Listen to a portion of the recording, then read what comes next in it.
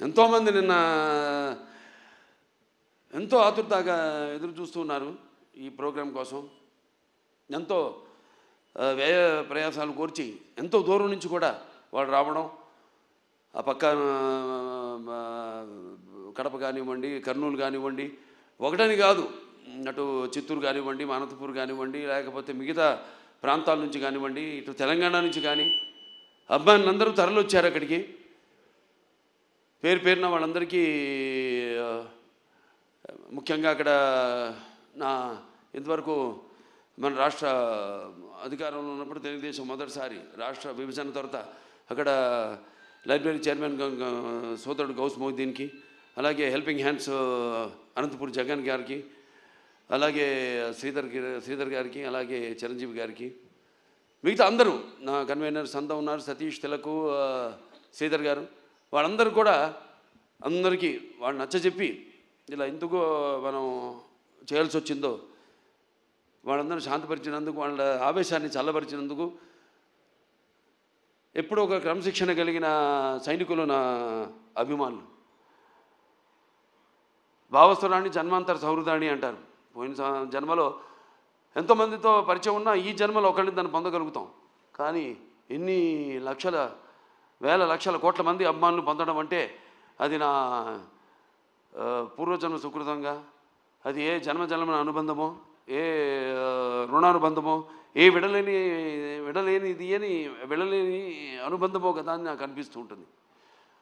నేను ఈ జీవితంలో ఎంత పొందానంటే ముందు నేను గొప్పగా చెప్పగలిగింది, ముందుగా నాకు ధన్యమైన జన్మనిచ్చి నన్ను మీ అందరి గుండెల్లో ఆయన ప్రతిరూపంగా నిలిపినందుకు దైవాంశ సంభూతులు, అలాగే విశ్వానికే విశ్వ నట రూపం ఎలా ఉంటుందో చూపించిన నా తండ్రి, నా గురువు, నా దైవం, కారణ జన్ముడు, విశ్వవిఖ్యాత నట సార్వభౌమ నటరత్న, తెలుగుదేశం పార్టీ వ్యవస్థాపకులు డాక్టర్ పద్మశ్రీ నందమూరి తారక రామారావు గారికి, మరి అది ఆ పుణ్య దంపతులు మా అమ్మగారు బసవరామ తారకం గారి, డింబి బసవరామ తారకం గారి బిడ్డగా పుట్టినందుకు ఆ పుణ్య దంపతులకు, అలాగే ఆ కళమ్మ తల్లికి నా కృతజ్ఞతలు తెలియజేసుకుంటూ, ఇటువంటి అభిమానుల్ని నాకు ఇచ్చినందుకు ఆ దేవుడికి నా కృతజ్ఞతలు తెలియజేసుకుంటూ, ఇప్పుడు మన సినిమాకి వస్తే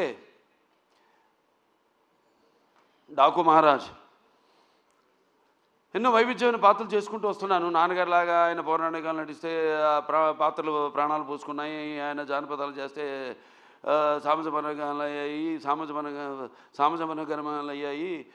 అలాగే ఇట్లా ప్రతి పాత్ర మన దేశంలోనే కాదు ప్రపంచంలో చూస్తే ఎవరు అసలు చేయని పాత్రలు ఎన్నో చేసి ఆయన అటు ఒక నటనాచార్యుడిగా, అలాగే ప్రతి పాత్రలో అణువణువును నింపుకుని నటనకు ప్రాణం పోసిన ఒక నటధీశాలిగా, మరి అటు ఆయన చేసిన పాత్రలన్నీ చూసి కూడా అటు కళమ్మ తల్లి కళకళలాడింది, కర్నూలు పండుగ చేసుకుంది, గలగల నవ్వింది.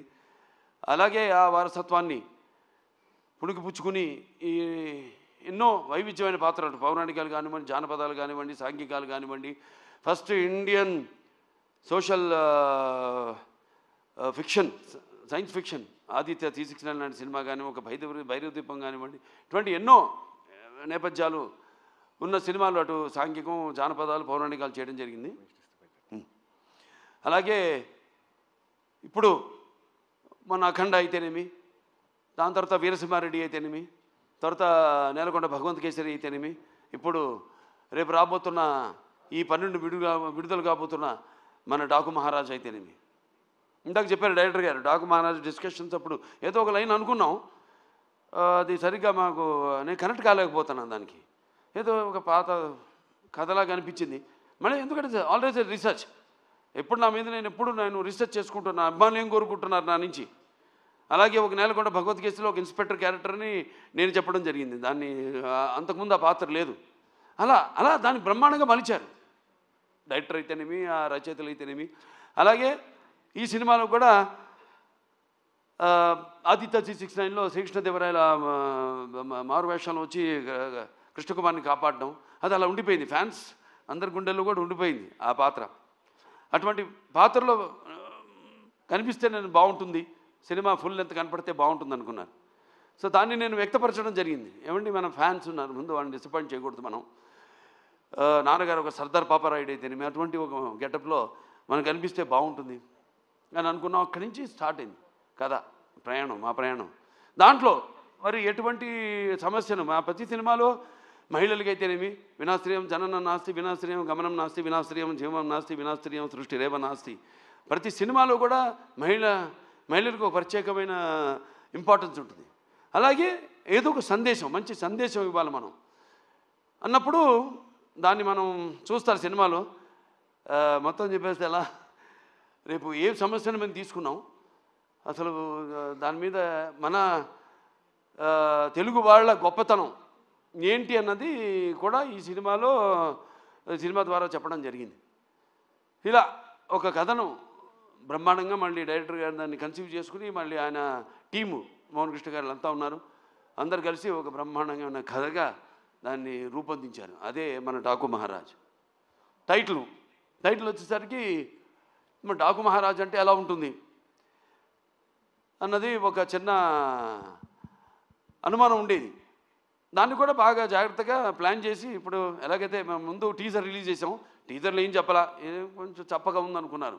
తర్వాత ట్రైలర్ రిలీజ్ చేసాం, మొదటి ట్రైలర్ పర్లేదన్నారు.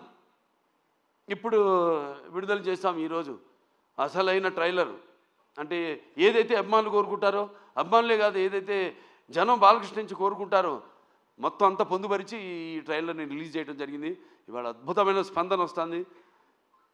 సో ఒక సినిమా అంటే కేవలం ఎంతోమంది నటీనటులున్నారు ఇక్కడ.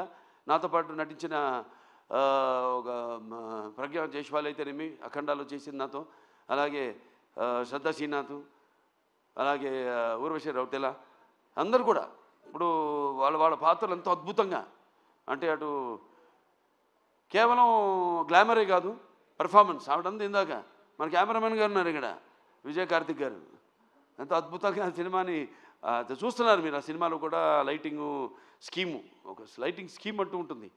దాన్ని ఎలా అద్భుతంగా మేము చేసే సన్నివేశాలకి ఇంకా జీవం పోసి, ప్రాణం పోసి ఎంతో అద్భుతంగా వాటిని ప్రజెంట్ చేశారు. డైరెక్టర్ అండ్ కెమెరామెన్ నా దృష్టిలో ఒక భార్యాభర్తలు అంటాడు. అంటే ప్రభుత్వం లాగానే, ప్రభుత్వం ఏముంటుంది, ఎన్నో స్కీమ్స్ అనుకుంటుంది, కానీ దాన్ని ఇంప్లిమెంట్ చేసేది ఎవరు? బ్యూరోక్రాట్స్. సో వాళ్ళని మనం పొందాలి ముందు, మనం వాళ్ళ ద్వారా మనం ప్రజలకి వాళ్ళ అవసరాలు తీర్చాలి మనం. అలాగే ఒక డైరెక్టర్ తను ఏం కన్సీవ్ చేసుకుంటాడు, దాన్ని ఎంతో అద్భుతంగా స్క్రీన్ మీద సన్నివేశాన్ని బట్టి అద్భుతంగా తెరకెక్కించాడు మా కెమెరామెన్ విజయ్ కార్తిక్ గారు. అలాగే ఇక మా తమన్ గారు ఉన్నారు, ఇక ఆయన గురించి చెప్పక్కర్లా. సప్త సాగర సంఘర్షణ జ్వలిత సద్భోద్భవ మాధురి స్వరాలైన సరిగమపదని సంగీత సాహిత్య మధుర గీతాలు వినడానికి భాషాభేదం కానీ, ఆడమగా తేడా కానీ, ధనిక దారిద్ర్యాది తారతమ్యములు కానీ, పండిత పామరాది పట్టుబిడుపులు కానీ, అభిమాన దురభిమానులని అడ్డుగోడలు కానీ ఉండవన్నది నా నమ్మకం. ఎందుకు మనం సాక్షాత్ మన పురాణం నుంచి చూసుకుంటే మేనక సరస సల్లప సంగీత సాహిత్య మధుర శబ్దానికి సృష్టికి ప్రతి సృష్టికర్త అయిన విశ్వామిత్రుడే ప్రపంచానుభూతికి వచ్చాడని, లేకపోతే శ్రీకృష్ణుని వేణు నాదానికి ఆవుల మంద మేపు మాని మోకరిల్లాయని, నేటికి నాదస్వరానికి పాములు సైతం పడగలెత్తి ఆడటం చూస్తున్నాం మనం.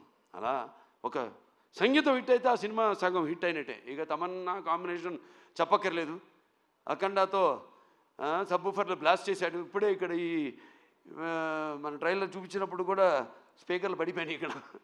సో అంటే నేను చెప్పేది కథను బట్టి ఎలా సినిమాకి ద్విగుణీకృతం చేయడం. సినిమాలో ఉన్న మేము ఎంత నటించినా, డైరెక్టర్ ఎంత తీసినా, ఒక కెమెరామెన్, ఒక మ్యూజిక్ డైరెక్టర్, ఒక ఎడిటర్. ఈ సందర్భంగా ఎడిటర్ రూపన్ గారిని, రంజన్ గారిని నేను మెచ్చుకోవాలి. అద్భుతంగా చేశారు వాళ్ళు, చాలా అద్భుతంగా. ఎందుకంటే ఈ సినిమా అనేది వీళ్ళ ముగ్గురు చేతుల్లో ఉంటుంది. మనం చేసిన తప్పులు అయితేనేమి, లేకపోతే మనం యాక్టింగ్లో తీసిన విధానంలో అయితేనేమి, లేకపోతే చేసిన విధానంలో అయితేనేమి, ఏమి కొన్ని చిన్న చిన్న లోటుపాట్లు ఉన్నా అవన్నీ కవర్ చేసేది వీళ్ళు ముగ్గురే. అద్భుతంగా చేశారు వాళ్ళు. వాళ్ళకి అప్పగించిన పనులు వాళ్ళు అద్భుతంగా న్యాయం చేశారు వాటికి. అలాగే ఇక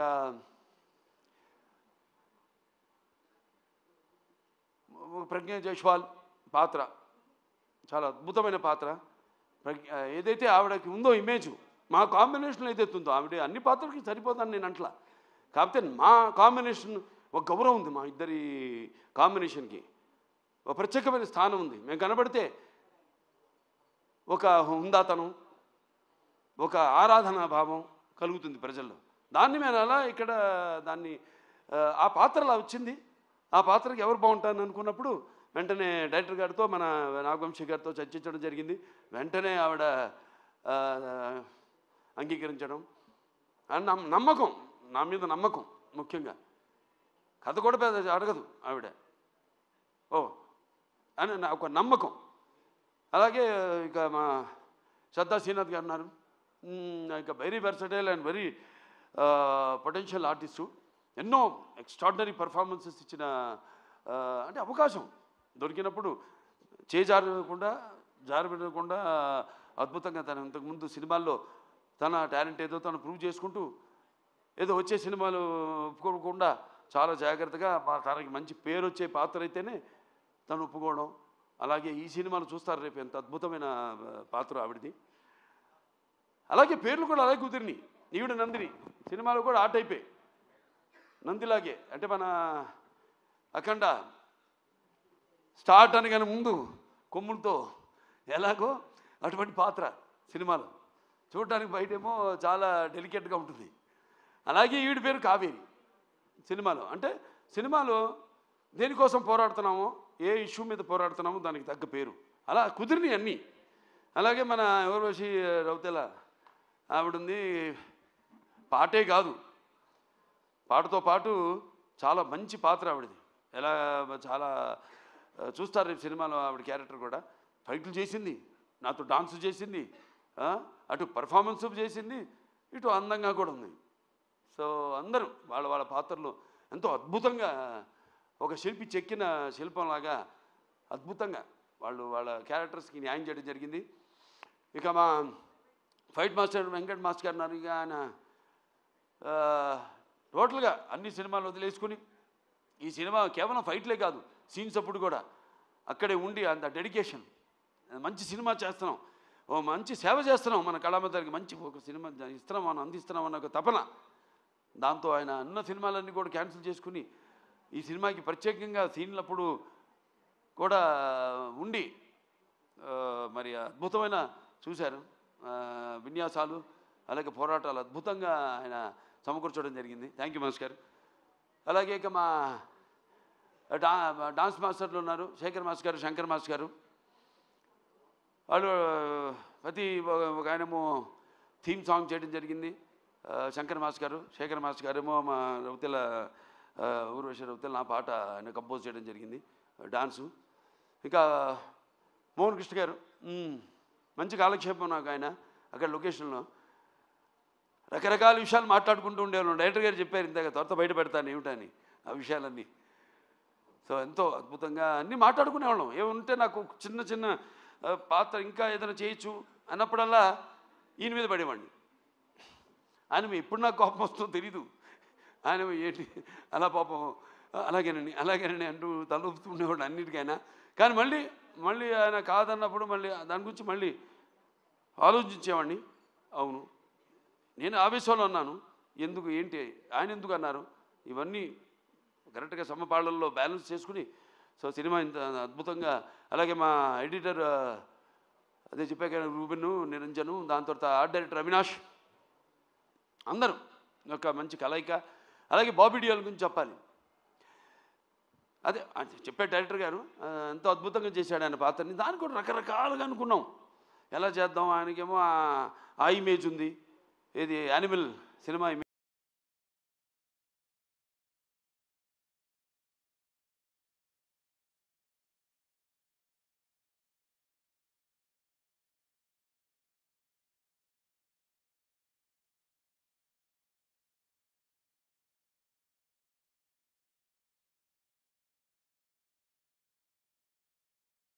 అప్పటికి రిలీజ్ కాల సినిమా. నన్ను డాకు అంటే ఒక దొంగ, లారెన్స్ ఆఫ్ అరేబియా ఇవన్నీ నుంచి ఒక నేపథ్యంలో కొత్త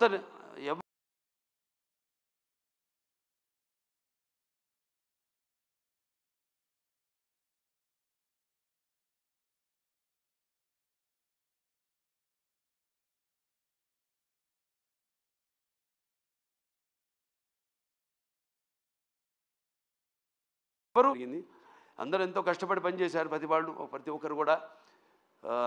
అభిమాని అభిమానికి ఆత్మాభిమానితో కూడిన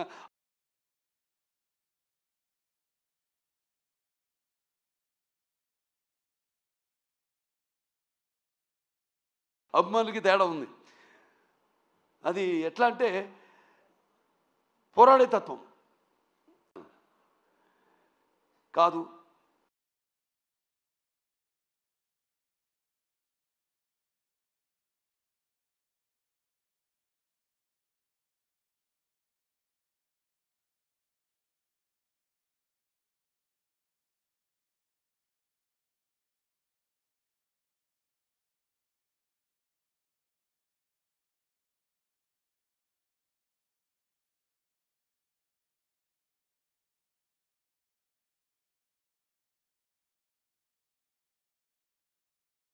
నిర్మాత కావడం అనేది నాకు చాలా గర్వంగా ఉంది. సో అటువంటి మంచి నిర్మాత ఇండస్ట్రీకి, నాకే కాదు ఇండస్ట్రీకి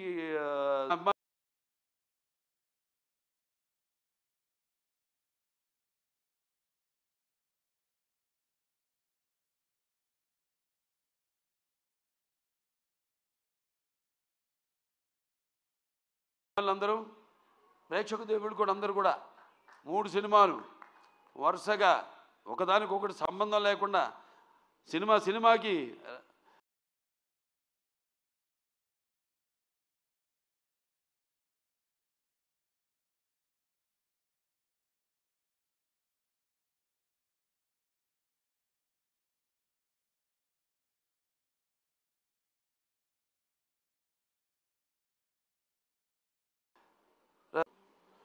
స్టార్టం తగ్గినప్పుడు మళ్ళీ ఒక రెండో ఇన్నింగ్స్ అంట. నాకు అది కాదు, చూపిస్తా ఇంకా ముందు అఖండ తర్వాత ఏంటో నా యొక్క ప్రస్థానం ఇంకా ఈ చలనచిత్ర పరిశ్రమలోని అదంతా. నేను ఇంతకుముందు ఏం చూసి తనకి ఇంత అహంకారం అని అనుకుంటారని, నన్ను చూసి నాకే ఒక ఇదని, ఒక పదులైన పొగరని. చాలా సంతోషం, ఎందుకంటే నాన్నగారే నాకు ఇన్స్పిరేషన్. అలాగే ప్రేక్షక దేవుళ్ళు వాళ్ళు ఇస్తున్న ప్రోత్సాహం. ఒక సినిమా పూర్తి చేసుకుని ఆ సినిమా ఎలా ఆడుతుందా అని నిద్రాహారాలు మానేసి దానికోసం ఎదురు చూస్తున్నప్పుడు ఆ సినిమా విజయవంతం చేసి మా వెన్ను తట్టి ఇలాంటి సినిమాలు ఇంకా ఇవ్వండి అని మనల్ని ప్రోత్సహిస్తున్న ఈ ప్రేక్షక దేవుళ్లకు నేను ఎంతో రుణపడి ఉన్నాను. నా అభిమానులకు, నేను చేస్తున్న ఏదో ఈ క్యాన్సర్ హాస్పిటల్ ద్వారానో లేకపోతే ఒక హిందూపూర్ ప్రజాప్రతినిధిగాను ఎమ్మెల్యేగాను నేను కాకుండా ఒక కళాకారుడిగా కూడా నేను చేస్తున్న దానికి ఇన్స్పైర్ అయ్యి ఆదర్శంగా తీసుకుని ఎంతోమంది అభిమానులు కూడా వాళ్ళు ఎన్నో సాంఘిక సంక్షేమ కార్యక్రమాలు చేపడుతున్నారు. నాకు గర్వంగా ఉంది మీరంతా నా అభిమానులు అయినందుకు. సో మరొకసారి ఈ సినిమా 12 విడుదల కాబోతుంది సంక్రాంతి సందర్భంగా. సంక్రాంతి అంటే ఇది ముఖ్యంగా మన అచ్చమైన తెలుగు పండగ. దాని తర్వాత మనకి ముందు ఉగాది, అది చూపించేశాను శాతకర్ణిలో ఏంటో ఉగాది అంటే ఏంటో మన కాలమాన పట్టిక ఇచ్చిన మహానుభావుడు శాతకర్ణి. అది చేయడం నా అదృష్టం. మళ్ళీ సంక్రాంతి నా పండగ కావడం అంటే నా ప్రతి సినిమా ఏదైతే సంక్రాంతికి విడుదలైందో అయినాయో అన్నీ కూడా ఘన విజయం సాధించిన సినిమాలే. మళ్ళీ వస్తున్నాడు ఈ సంక్రాంతికి డాకు మహారాజ్.